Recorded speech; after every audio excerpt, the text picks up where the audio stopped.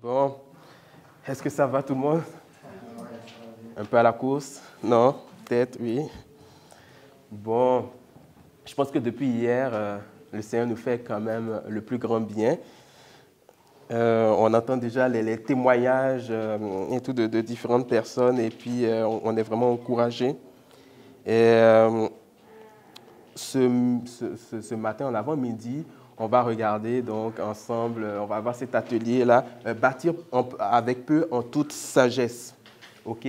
Pourquoi le titre de cet atelier, bâtir avec peu en toute sagesse? C'est simplement parce que beaucoup vont se dire, mais moi, je n'ai pas grand-chose. Qu'est-ce que je peux faire? Et tout si je n'ai pas grand-chose. Alors, on va regarder un peu ce que non seulement la Bible va nous enseigner sur ça, mais aussi comment on peut justement arriver à bâtir quelque chose avec peu. Ou avec ce qu'on pense être peu. Parce qu'en réalité, on va penser que c'est peu, mais ça vaut beaucoup. Donc voilà, j'avais quelque chose en tête que j'ai oublié que je voulais vous dire. Ah oui, ça se veut interactif, OK?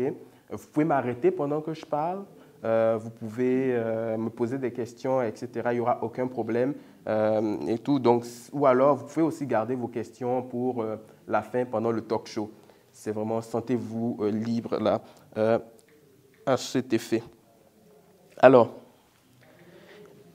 est-ce que vous pensez que vous n'avez pas grand moyen? Peut-être que vous pensez que vous n'avez pas grand moyen. Peut-être que vous pensez que, justement parce que vous n'avez pas grand moyen, vous ne pouvez pas atteindre d'objectifs sérieux. Donc, vous vous dites, oui, je veux bien avoir telle chose, mais je n'ai pas ce qu'il me faut. Peut-être, ou alors, vous avez beaucoup de revenus, mais parce que vous ne savez pas gérer peut-être la dette, finalement, vous ne vous retrouvez avec rien du tout. Vous voulez, peut-être, vous avez des objectifs, ça peut être acheter une maison, ça peut être retourner aux études, peu importe là, mais vous ne savez pas comment les atteindre. Alors, on va regarder un peu ensemble, en fait, qu'est-ce qu'il faut pour pouvoir justement vraiment prospérer, si on peut dire, ou aller à une autre étape dans la gestion de ses finances. Ça va, comme je dis, ça va être très parti comme atelier là. Et je vais commencer à prendre le Matthieu 25, le chapitre 25, au verset 14 à 30 et tout. Et puis le premier point que je vais aborder, c'est vraiment qu'il faut prendre conscience de notre rôle d'intendant qualifié. Un rôle d'intendant qualifié, pas juste un rôle d'intendant, mais un rôle d'intendant qualifié. C'est le premier point que je vais aborder. Dans Matthieu 25, les versets 14 à 30, on va voir ici que Dieu, le Maître en tant que tel, a confié, le Maître étant l'image de Dieu, a confié à différentes personnes des talents et tout. Chacun devait les gérer pour rendre compte au Maître à son retour. Et ici, chacun a fait selon ce qu'il pensait. OK, et avant de rendre compte au Maître à son retour. Et le fait que nous appartenons à Dieu, il fait de nous automatiquement des intendants. OK, parce que nous lui appartenons, parce que nous avons été rachetés pour Dieu, il fait de nous des intendants. Et c'est pour ça qu'il va nous confier les différentes ressources que nous pouvons avoir. Les ressources matérielles, financières, que ce soit sur nos lieux de travail, peu importe, tout ce qui est lié ou qui fait entrer l'argent sont des ressources qui sont mises à notre disposition. Et c'est pourquoi nous devons comprendre qu'il y a une fidélité dont nous devons faire preuve, une sagesse dans la gestion de tout cela. Parce qu'en réalité, le Maître nous les confie pour qu'on lui en rende compte par la suite. Et on voit que dans cette parabole, enfin, dans cet enseignement-là, dans cette parabole des talents, on voit que celui qui a reçu un talent, en fait, qu'est-ce qu'il a fait? Il est allé enterrer le talent et tout. Et la plupart d'entre nous, c'est ce qu'on va faire à un moment donné dans notre vie, ou alors on est encore en train de le faire. On le fait continuellement. Et on va croire, en fait, que nous n'avons tellement pas assez alors on ne peut rien accomplir. En fait, dans sa pensée, c'est qu'il n'avait pas grand-chose et donc il ne pouvait rien accomplir, raison pour laquelle il va aller enterrer cela. Et ceux qui ont peu ou qui pensent avoir peu, ils vont traduire un manque de vision. Okay? Ils vont manquer de vision parce qu'ils pensent avoir peu. Parce qu'ils pensent avoir peu.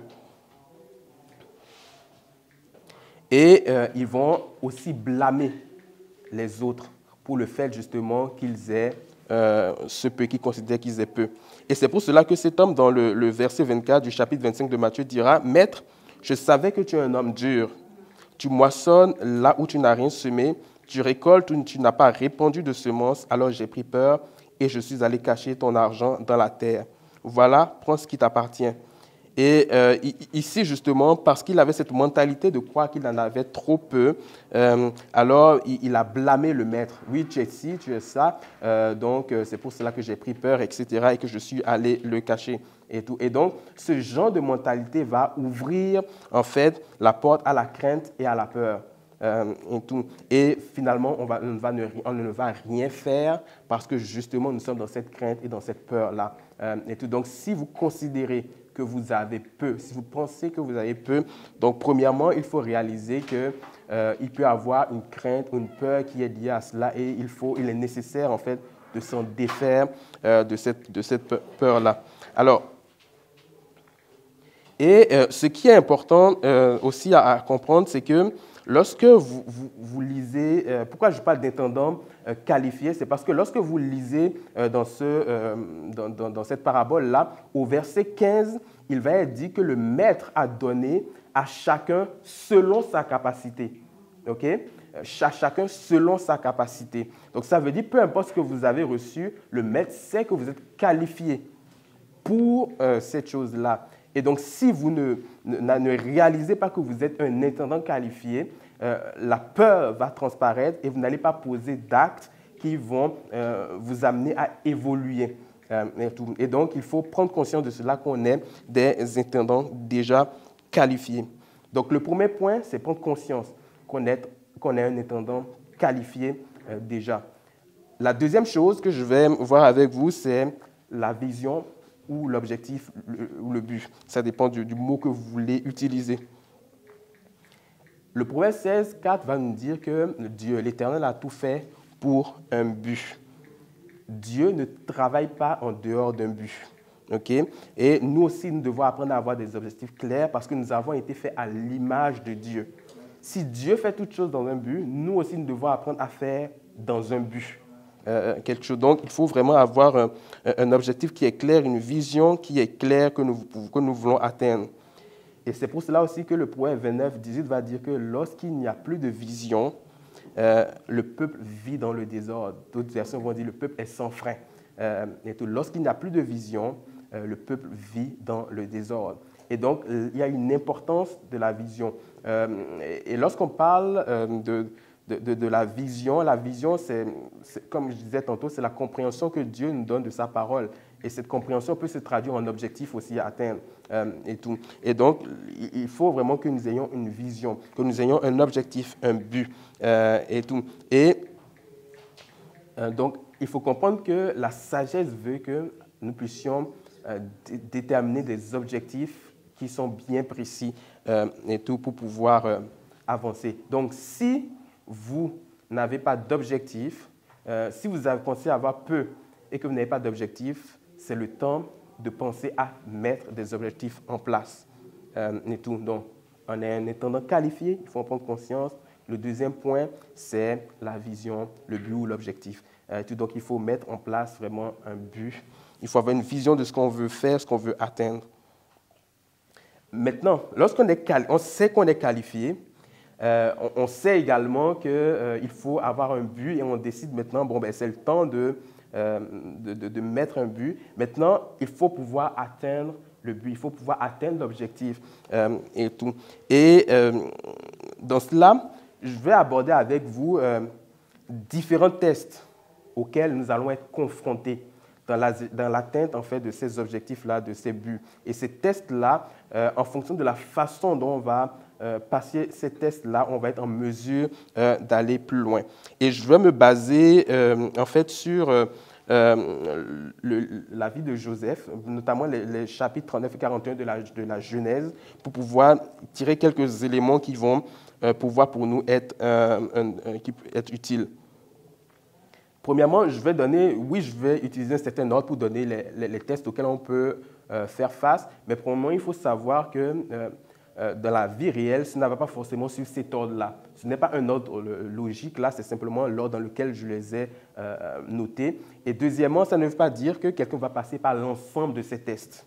Okay? Donc, vous pouvez être pris dans un des tests ou peut-être dans l'ensemble des tests. Et troisièmement, ces tests ne sont pas exhaustifs. Okay? C'est juste que ça nous allume quelque chose pour que nous soyons conscients que dans notre quotidien, il peut y avoir quelques défis. Alors, le premier des tests auquel on va faire face, c'est le test de la prise de conscience de la présence de Dieu. Prendre conscience de la présence de Dieu. Le test de la prise de conscience de la présence de Dieu. Lorsqu'on lit dans Genèse 39, au verset 2, on dit « L'Éternel fut avec Joseph, de sorte qu'il réussissait tout ce qu'il entreprenait. Il demeurait dans la maison de son maître égyptien. » Alors, on voit ici que Joseph, en tant qu'esclave, Dieu l'accompagnait. Et probablement que lui-même avait conscience du fait que Dieu était avec lui, puisqu'il n'était pas dans l'abattement, il n'était pas dans la tristesse. Parce que c'était quand même un esclave, un homme qui a été vendu par ses frères pour devenir esclave. Donc, il pourrait avoir de l'abattement, de la tristesse, de la désolation, mais non, on ne nous mentionne pas que Joseph était dans cet état-là. Au contraire, il travaillait et il entreprenait des choses sans tomber dans la paresse. Il ne tombait pas dans la paresse. Et Dieu confirmait sa présence lorsque Joseph travaillait. Et c'est pour cela que, justement, les choses lui réussissaient. Et tout. Et on va voir un peu plus loin dans ce passage que justement les gens réalisaient qu'il y avait une sagesse avec Joseph et que Dieu justement était avec lui. Et donc il y a une prise de conscience que nous devons avoir du fait que le Saint-Esprit, nous sommes remplis du Saint-Esprit. Okay? Lorsque nous avons choisi de marcher avec Christ, automatiquement le Saint-Esprit vient en nous, c'est la marque des enfants de Dieu. Et donc si le Saint-Esprit est en nous, alors Dieu est avec nous. Et donc, nous devons avoir cette conscience que Dieu est avec nous en tout temps, même dans les temps difficiles. Dieu est avec nous. Et prendre conscience du fait que même dans les temps difficiles, Dieu est avec nous, ça nous amène à changer notre mentalité face aux situations, plutôt que de rester dans une situation où on se morfond, où la paresse peut prendre le dessus, où finalement la défaite peut gagner nos vies. Donc, il y a cette prise de conscience-là. Et dans Corinthiens 6, 19, il nous est dit « Est-ce que vous ignorez que notre corps est le temple de Dieu ?» Est-ce que vous ignorez ces choses-là? Est-ce que vous ignorez que le Saint-Esprit vient en nous? Est-ce que vous ignorez que le Saint-Esprit, c'est ce qui nous permet de vivre au quotidien? Donc, il y a un rappel là, dans 1 Corinthiens 6, 19, de nous dire qu'on ne nous appartient pas à nous-mêmes. On ne nous appartient pas à soi-même, mais que c'est le Saint-Esprit qui vit en nous. Alors, donc c'est le temps pour nous de nous réveiller quelque part si nous faisons face à ce défi et de dire oui, c'est peut-être difficile la situation dans laquelle je suis, mais Dieu est malgré tout là. Dieu est présent. Et si Dieu est présent, ça veut dire que quelque part l'espoir est présent. Ça veut dire que quelque part les choses ne vont pas rester indéfiniment dans une situation où je vais être dans la défaite. Non, il y a une raison pour toute chose. Et tout. Donc il faut prendre conscience de cela. Et lorsque notre mentalité va évoluer à cet effet-là, alors Dieu va incliner des cœurs en notre faveur. Si nous sommes conscients de sa présence, nous allons agir en fonction de sa présence et puis des cœurs vont être inclinés aussi en notre faveur. Comme il est dit dans Genèse 39, 4, « Ainsi, Joseph obtint la faveur de son maître qui l'attacha à son service personnel. Il l'établit comme intendant sur sa maison et lui confiant la gérance de tous ses biens. » Donc, quand le maître a vu toutes ces choses, il dit, cet homme-là, Dieu semble être avec lui. Je lui donne une petite chose à faire, ça réussit incroyablement. Et tout. Alors, le maître décide, non, il est mieux pour moi que je te donne la gérance de tous mes biens. Et tout, parce que je sais que mes biens vont prospérer. Et tout. Et donc, parce qu'il avait la bonne attitude, Joseph, il a attiré la faveur des autres sur lui. Et tout.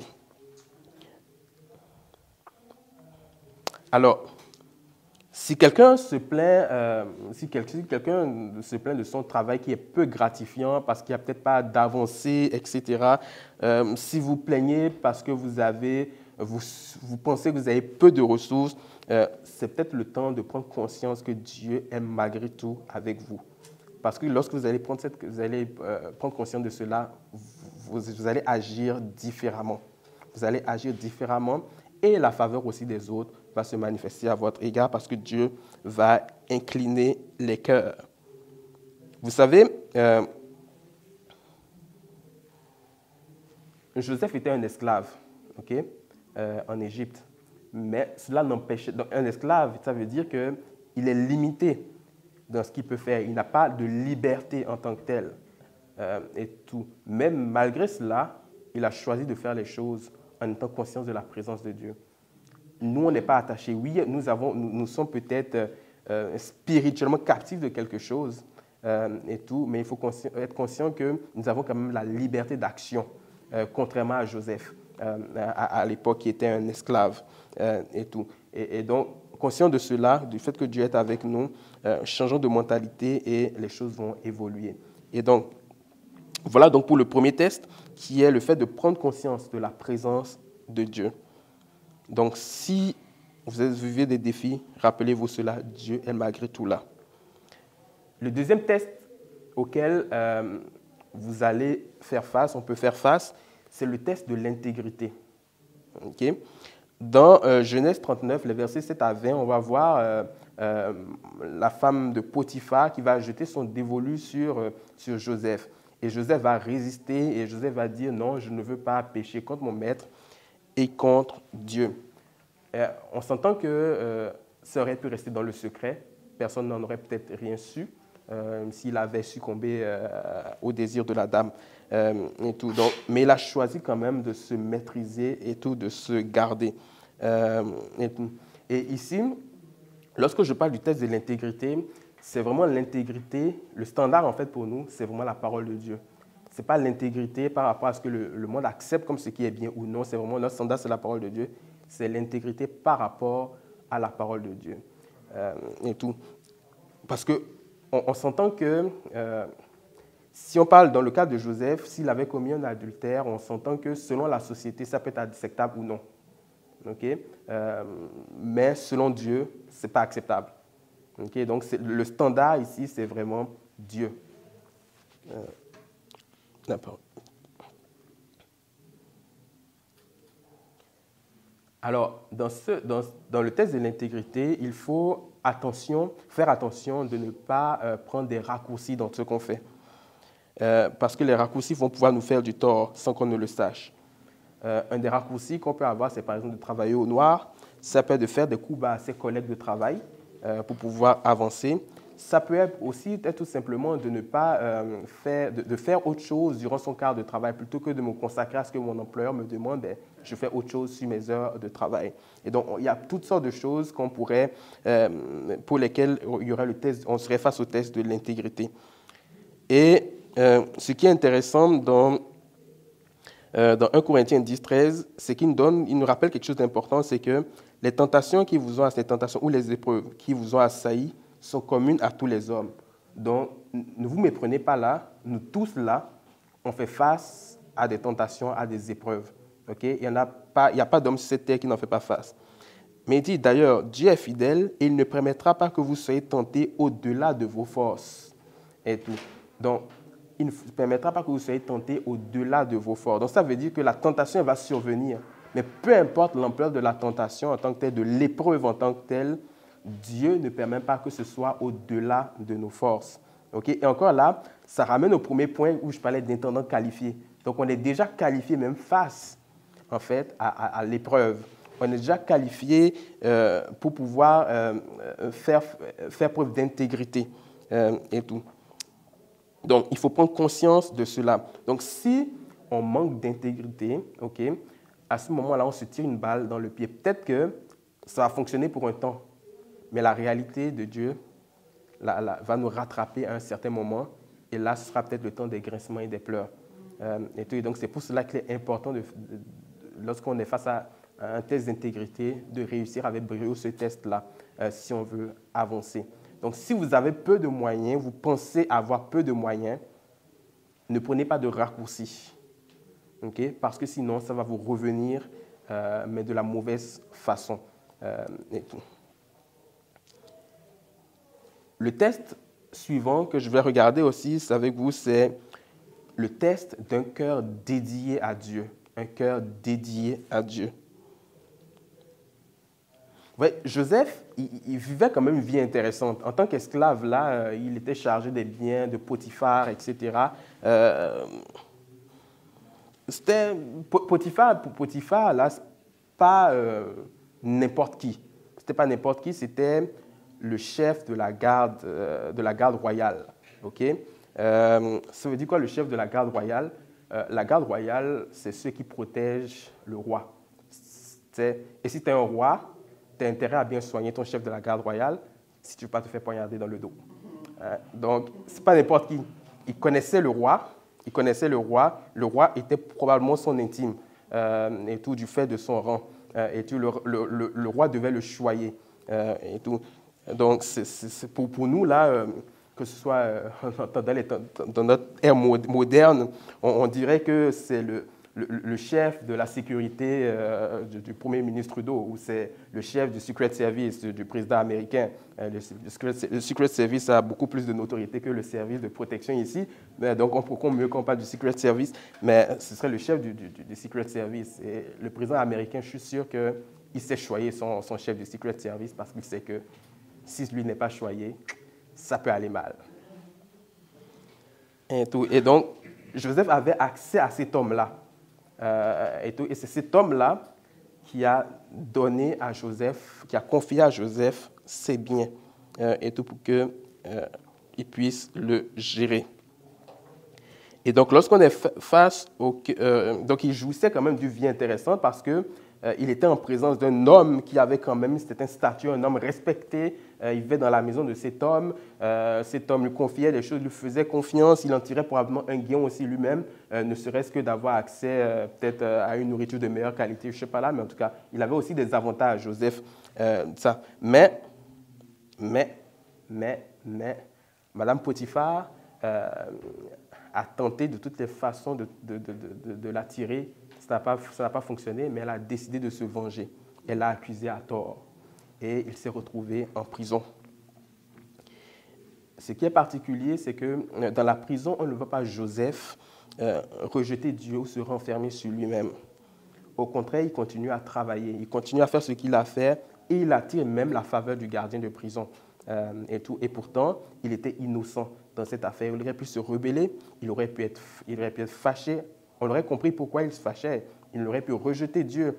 On aurait pu dire, mais oui, Dieu, tu aurais pu le protéger à ce moment-là. Faire quelque chose pour dire que non, ce n'est pas lui, et qu'il n'avait rien fait de mal. Mais il a choisi quand même, malgré tout, de veiller sur son cœur et de faire ce qu'il fallait. De sorte qu'il a même attiré la faveur du gardien de prison qui lui a confié même des tâches dans la prison. Et dans Proverbe 4, au verset 23 à 27, il dit « Par-dessus tout, veille soigneusement sur ton cœur, car il est à la source de tout ce qui fait ta vie. Garde-toi de prononcer des paroles mauvaises, rejette les propos méchants. Regarde les gens bien en face et que ton regard soit dirigé droit devant toi. Prépare ton chemin avant de t'y engager et emprunte des routes sûres. Ne t'en écarte ni à droite ni à gauche. Détourne ton pied du mal. » Ici, on a toute l'importance de veiller sur notre cœur. Un cœur, si on veut avoir un cœur dédié à Dieu, il faut veiller sur notre cœur. On va peut-être que vous vous êtes dit, OK, c'est vrai que je pense avoir peu, mais c'est le temps pour moi de faire du ménage. Peut-être que je vis dans une situation d'endettement qui est difficile, mais c'est pour moi le temps de faire le ménage. Et vous décidez de faire le ménage dans votre vie, donc vous réalisez que vous êtes un intendant qualifié, vous passez chacune des étapes, vous établissez un objectif clair, et puis vous vous dites, bon, ben, c'est le temps, allons-y. Mais là, qu'est-ce qui arrive? Vous décidez de faire le ménage, mais tout vient encore contre vous. Des créanciers vous disent, OK, depuis le temps qu'on te cherchait, finalement on tape, alors on va te dire nos 4 vérités. On va te dire nos 4 vérités, ou alors vous essayez d'être plus intègre sur votre lieu de travail, et comme par hasard, quand vous manquez d'intégrité sur le lieu de travail, tout allait bien. Mais le jour où vous décidez d'être intègre sur le lieu de travail, c'est là que les gens autour de vous vous méprisent, vous rejettent, font toutes sortes de choses. C'est normal. Okay? C'est là qu'il va falloir faire preuve d'un cœur dédié entièrement à Dieu. C'est là qu'il va falloir vraiment réaliser qu'on est dans ce test-là où nous devons veiller sur notre cœur et réaliser que notre cœur, en fait, est totalement et entièrement dédié à Dieu, alors que nous devons veiller sur chacune des actions que nous allons poser et faire à ce moment-là, comme Joseph. Il faut garder les yeux fixés sur l'objectif. Oui, j'ai décidé de le faire, mais peut-être qu'au final, ça devient plus difficile dans le cheminement. Mais il faut que je garde les yeux fixés sur l'objectif et que je réalise que je suis dans un test et que Dieu me permettra de sortir victorieux de ce test-là. La confiance que vous allez mettre en Christ à ce moment-là, lorsque vous allez faire face à ce test-là, va déterminer ce qui est à venir. Ça va déterminer automatiquement ce qui est à venir pour vous. Donc, il faut avoir la bonne attitude à ce moment. Alors, il y a un autre test qu'on va regarder, c'est le test du temps. Okay? Lorsqu'on décide de faire quelque chose, et tout dans ce domaine des finances particulièrement, le test du temps va être important. Malheureusement, ce n'est pas en claquant des doigts qu'on atteint des objectifs financiers. Okay? Malheureusement, ce n'est pas comme cela. Okay? On aimerait ça tous, mais non, ça ne se fait pas ainsi. On voit ici Joseph qui, dans la prison dans laquelle il était, il y a 2 personnes finalement qui sont venues, qui ont été emprisonnées, et puis Joseph a eu affaire avec ces personnes-là. C'était notamment la personne qui s'occupait du pain, de la nourriture du roi, et celle qui s'occupait de la boisson du roi. Et puis Joseph c'était des hauts fonctionnaires, Joseph a interprété des rêves pour eux qui se sont réalisés alors qu'il était en prison. Et il leur a dit... ne m'oubliez pas, OK? Mais ce gars qui est sorti, qui finalement a retrouvé sa position, et l'autre a été tué, le gars qui est sorti et qui a retrouvé sa position, Joseph lui a dit, ne m'oublie pas, le gars l'a oublié. 2 ans se sont écoulés. 2 ans se sont écoulés avant que le gars se souvienne qu'il y a un monsieur en prison qui est capable d'interpréter des rêves. Pourtant, ce même monsieur qui t'a interprété ton rêve t'a dit, ne m'oublie pas. Et comment c'est arrivé? C'est qu'à un moment donné, Pharaon a fait un rêve qu'il était incapable d'interpréter. Et personne dans le royaume n'était capable de lui apporter l'interprétation. Et c'est là que ce monsieur dit, écoute, roi, Pharaon, te souviens quand tu m'as mis en tôle il y a plusieurs années, j'ai rencontré un homme qui a été capable d'interpréter mon rêve, c'est arrivé. L'interprétation qu'il a dit. Peut-être que lui, il peut interpréter le rêve. Donc, 2 années sont passées jusqu'à ce qu'on fasse appel à Joseph. Mais pendant ces 2 années, il n'a pas été amer. Il n'a pas baissé les bras et tout. Il a veillé sur son cœur. Et donc, ici, on est dans le test du temps. Oui, le temps va passer. OK? Comme il est dit, il y a un temps pour semer, mais il y a un temps aussi pour moissonner. Pour moissonner rapidement, habituellement, ça ne dure pas longtemps. Mais ce qui prend du temps de pousser est beaucoup plus durable. Si vous regardez le maïs, planter le maïs, ouais, ça germe assez vite et puis après quelques semaines, quelques mois, on a accès au maïs. Alors que lorsqu'on va planter du bambou, c'est beaucoup plus long, mais le bambou est résistant. Et tout, donc...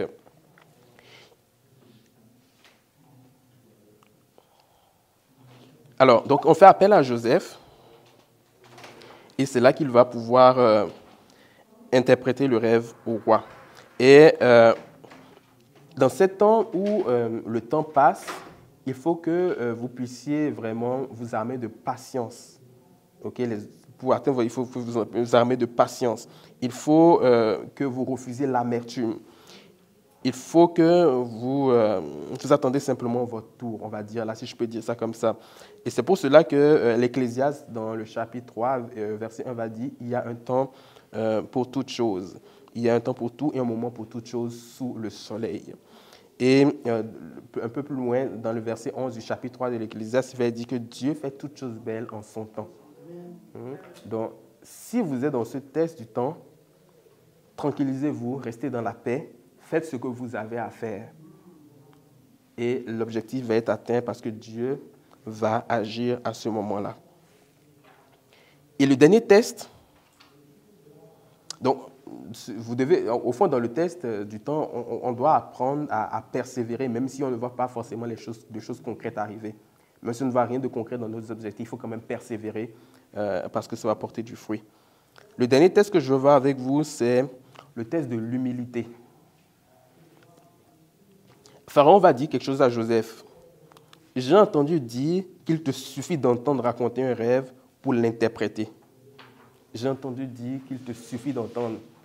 Autrement dit, là, tu es le bon gars, la bonne personne à laquelle je devais parler. Toi, là, tu entends quelque chose, tu es capable de l'interpréter. Dans la réalité, ce n'est pas ça. C'est parce que Joseph était animé de l'Esprit de Dieu et que Dieu a choisi de lui confier l'interprétation de ce rêve-là à ce moment-là qu'il a été capable. Et c'est pour cela que Joseph va répondre ici, ce n'est pas moi, mais Dieu. Ce n'est pas moi, mais Dieu. Ça aurait été l'occasion vraiment de Joseph de dire, ouais, je suis le gars. Bon, écoute, je n'ai pas beaucoup de temps devant moi, je te facture 10 minutes à $1 million. Es-tu d'accord ou pas? Non, il n'a pas fait ça. Avec humilité, il dit, non, ce n'est pas moi, c'est Dieu. Et ici, il va falloir aussi qu'on fasse preuve d'humilité lorsqu'on est face on est dans ce test-là. Il est important de laisser à Dieu la place qui lui revient, okay? Lorsqu'on essaie d'atteindre certains objectifs. Parce que c'est lui seul qui va opérer en nous la capacité d'accomplir quelque chose. Ce n'est pas par nos propres capacités, ce n'est pas par notre propre intelligence, par nos propres forces, non. Et c'est pour cela que Dieu va avertir Israël dans Deutéronome 8, au verset 17, il va dire, prends donc garde de ne pas te dire, ce n'est pas mes propres forces et ma puissance que j'ai acquis toutes ces richesses. Prends garde de ne pas dire ces choses-là. Parce que le jour où tu vas les dire, ça veut dire que tu penses que tu es capable de faire les choses par toi-même. Et si tu penses que tu es capable de faire les choses par toi-même, Dieu va se retirer. Et c'est parce que tu veux. Parce que lorsque Dieu se retire, tu es livré à toi-même. Et si tu es livré à toi-même, tu es livré à tous les coups possibles. Et donc, il est important de manifester de l'humilité dans tout ce qu'on va faire. Alors, donc, voici les différents tests auxquels que j'ai abordés. Et donc, premièrement, lorsque je disais il fallait réaliser d'abord qu'on est un intendant qualifié. Deuxièmement, il faut avoir une vision claire, un objectif ou un but. Troisièmement, il faut réaliser qu'on peut faire face à des tests. Et dans ces tests-là, il faut persévérer jusqu'au bout. Et puis, maintenant, il y a une quatrième et dernière étape dans tout cela. C'est ce que moi j'appelle le couronnement, ok? Mais ou tout simplement, on pourrait tout simplement dire l'atteinte de l'objectif. Dans Genèse 41, 37-40, il est dit, c'est Pharaon qui parle, « Trouverons-nous un homme aussi compétent et sage que celui-ci en qui habite l'Esprit de Dieu? Tu seras donc à la tête de mon royaume et tout mon peuple obéira à tes ordres. Moi-même, je ne serai au-dessus de toi que par le trône. » C'est Pharaon qui s'adresse à Joseph. Il dit, « J'ai vu en toi l'Esprit de Dieu. » Parce que c'est ce qu'il dit. Il dit, « Trouvons-nous un homme aussi compétent et sage que celui en qui habite l'Esprit de Dieu. » Ça veut dire que Pharaon a discerné que cette personne-là, ce Joseph-là, est habité de l'Esprit de Dieu. Okay? Il a discerné cela et tout, et il comprend aussi que c'est cet Esprit de Dieu qui te rend capable, sage et compétent et tout de faire les choses. Et donc, à ce moment-là, puisque tu as ces qualifications, je te mets à la tête de mon royaume. Et donc ici, on voit pour Joseph finalement un accomplissement d'objectif parce qu'il vous souvient que bien avant de se retrouver en Égypte, Joseph avait fait des rêves justement où il se voyait en train de diriger il était en pose d'autorité, ce qui avait justement fâché sa famille à l'époque, ce qui avait entraîné des jalousies, de la jalousie de la part de ses frères. Mais ici, on voit qu'au final, ça s'est accompli. Donc la vision que Dieu lui avait communiquée, finalement, s'accomplit. Et donc il a fallu passer par certaines étapes, mais il a réussi avec brio les tests pour pouvoir atteindre cela. Et lorsque vous allez réussir les différents tests, là, vous allez voir que l'atteinte des objectifs va se faire. Les choses ne vont pas se faire, ne serait-ce que le test du temps. Et tout ça, c'est certain qu'on va tous y passer dans le test du temps. Et tout ça, au moins celui-là, je suis certain que tout le monde va y passer. Le reste, ça va dépendre de chacun. Mais le test du temps, ça c'est certain. Parce qu'un objectif financier ne s'atteint pas en claquant des doigts. Il y a toujours un délai et tout. Et là, lorsque vous allez atteindre l'objectif, vous allez regarder en arrière et vous allez réaliser vraiment tout le chemin que vous avez accompli. Vous allez voir que vous avez été transformé dans votre caractère. Et c'est ça qui est le plus important, ce qui a le plus de valeur aux yeux de Dieu. Parce que ce que Dieu veut, c'est que nous puissions ressembler de plus en plus à Christ. Et donc, le caractère va être transformé parce que nous avons appris à laisser Dieu vraiment nous conduire. La mentalité va évoluer, les perspectives vont changer et vous allez aussi vous rendre compte que Dieu aura été fidèle. Si vous êtes fidèle, Dieu sera certainement fidèle avec vous. Et vous allez atteindre des choses au-delà de ce que vous pourriez imaginer. Pour terminer, j'aimerais partager un témoignage qui va illustrer un peu tout ce que j'ai partagé avec vous. Je vais regarder ce que j'ai écrit parce que j'ai retiré certaines choses. Je veux être sûr de ne pas mélanger les choses là pour que ce soit un peu plus clair pour vous.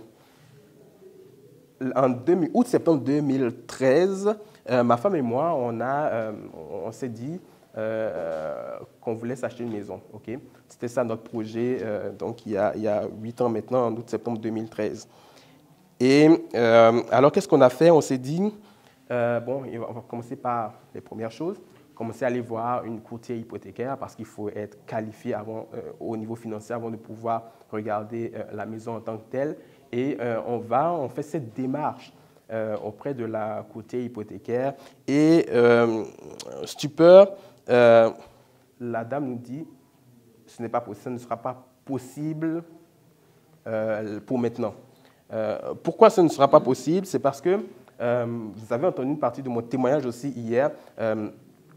Je m'étais endetté à l'époque et puis il y avait des tâches encore dans mon dossier de crédit. Et je n'avais plus de dette à ce moment-là lorsqu'on était allé chez la courtière, mais il y avait des tâches à mon dossier de crédit.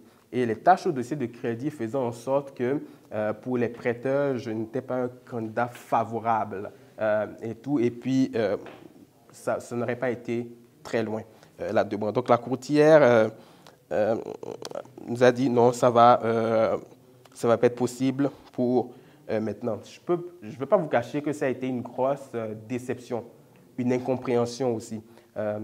Parce que, tu te dis, OK, la dette, elle est remboursée. Ce n'est pas comme si j'avais de la dette, mais pourquoi les gens ne prennent pas cette réalité? Bon, écoute, chacun a sa façon de fonctionner, on va dire. Là, c'est ça les règles établies, il faut suivre les règles. Donc, ça n'a pas fonctionné pour nous.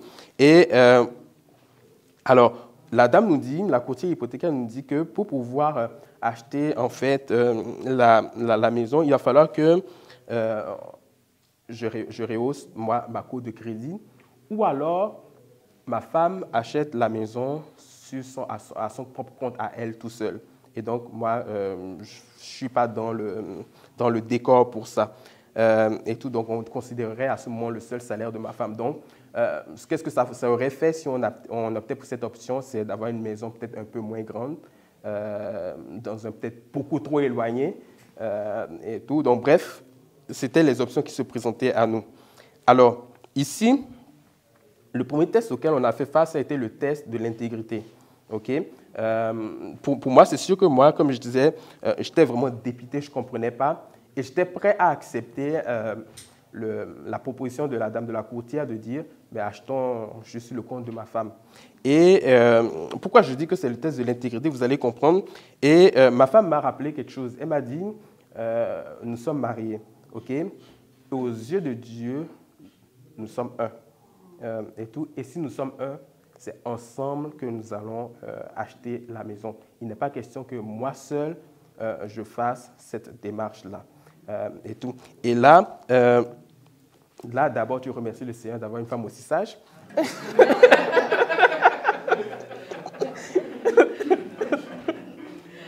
Même si sur le coup, je ne comprenais pas trop, parce que pour moi, il n'y a pas de problème là. Au pire, ce sera plus loin que là où on veut habiter. Et puis voilà.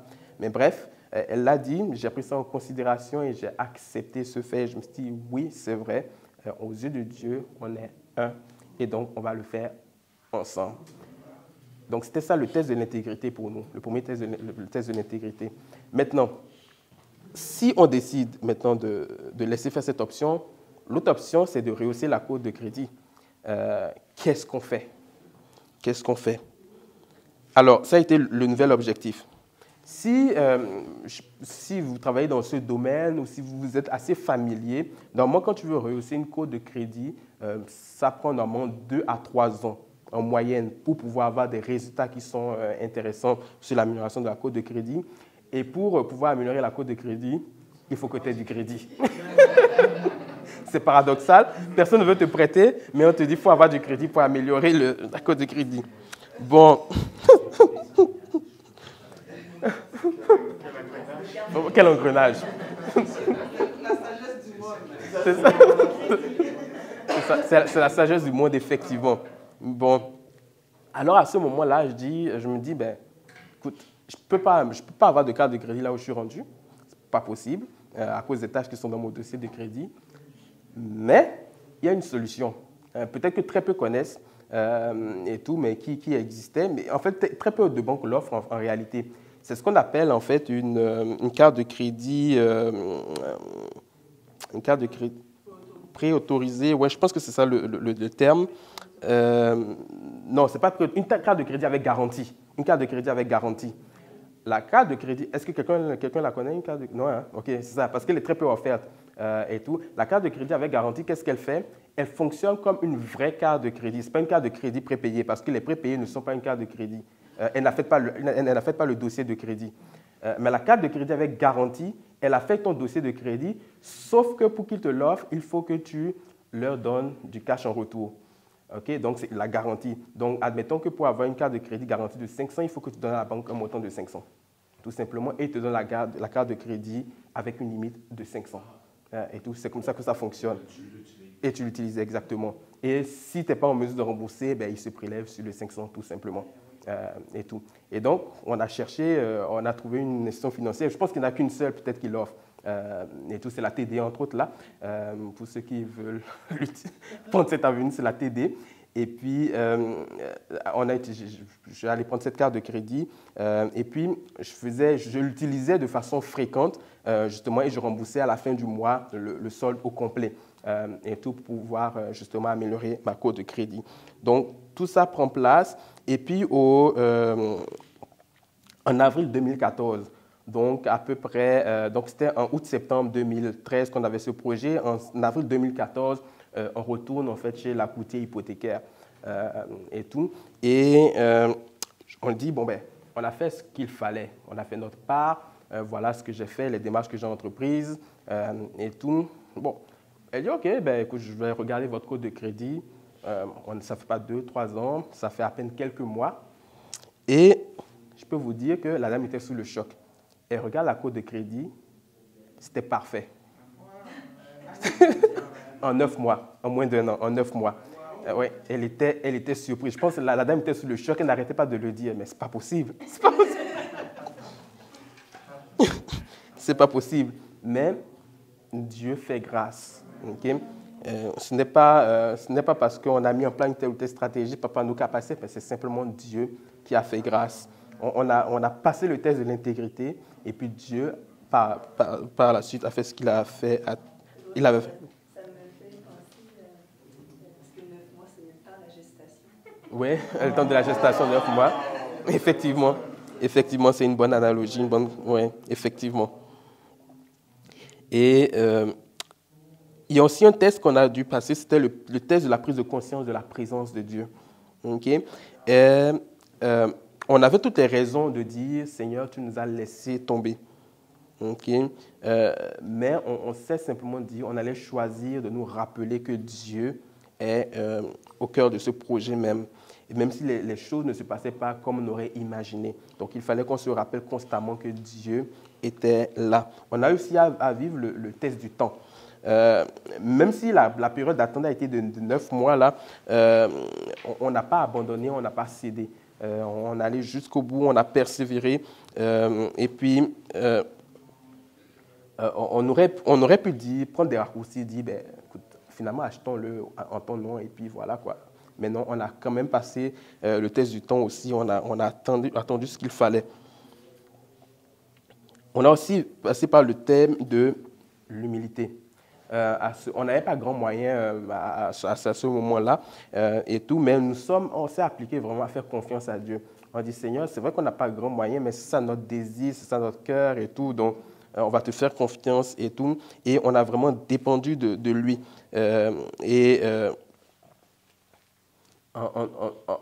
En nous souvenant que c'est lui, en redisant à Dieu que c'est lui qui peut faire toutes choses et tout. Donc, on a vraiment dépendu. Le test de l'humilité, on est passé par là.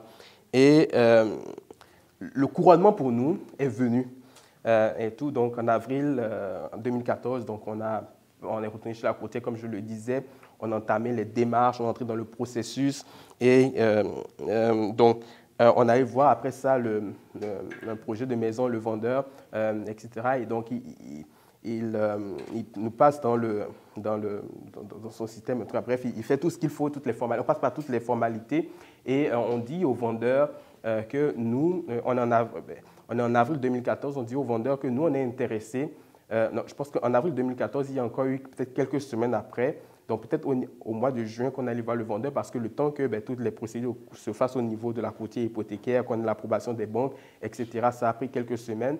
Et puis, au mois de juin à peu près, on va voir le vendeur du projet d'habitation. On lui dit qu'on est intéressé par une maison pour août, un certain type de maison pour août, la mi-août 2014. Le monsieur regarde dans son système et il dit, je ne comprends pas. Il dit, vous serez venu il y a une semaine, il m'aurait été impossible de vous offrir ce produit-là. Vous serez venu une semaine plus tard, je n'aurais pas pu respecter le délai que vous avez demandé. Il dit, c'est vraiment, vous êtes venu vraiment au bon moment, vraiment, c'est ça. Et c'est là que j'appelle le couronnement, parce que c'est la part de Dieu et tout. Et puis, effectivement, ils ont fait leur chose et le 15 août 2014, on a intégré la maison. Et ceux qui connaissent, je pense qu'il y a quelques-uns ici qui connaissent chez nous, vous voyez peut-être que, oui, dans notre rue, il y a bien des maisons. Mais à l'époque, là, il n'y avait rien. On était les seuls, les premiers.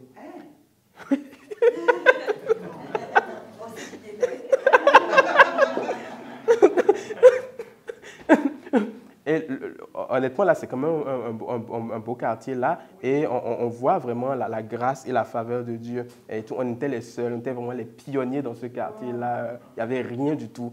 On a vu tout se construire. On a passé peut-être 2 ans et demi, 3 ans sans qu'il y ait d'asphaltage. On était dans la boue. Oui, et sans Internet et l'électricité. Et tout, c'était l'électricité fournie par le contracteur. Hydro-Québec n'allait pas là-bas à ce moment. Mais aujourd'hui, si vous voyez le quartier, vous n'aurez pas idée de tout ce par quoi on est passé. Là, il y a encore le test du temps. Oui. Tout ça pour...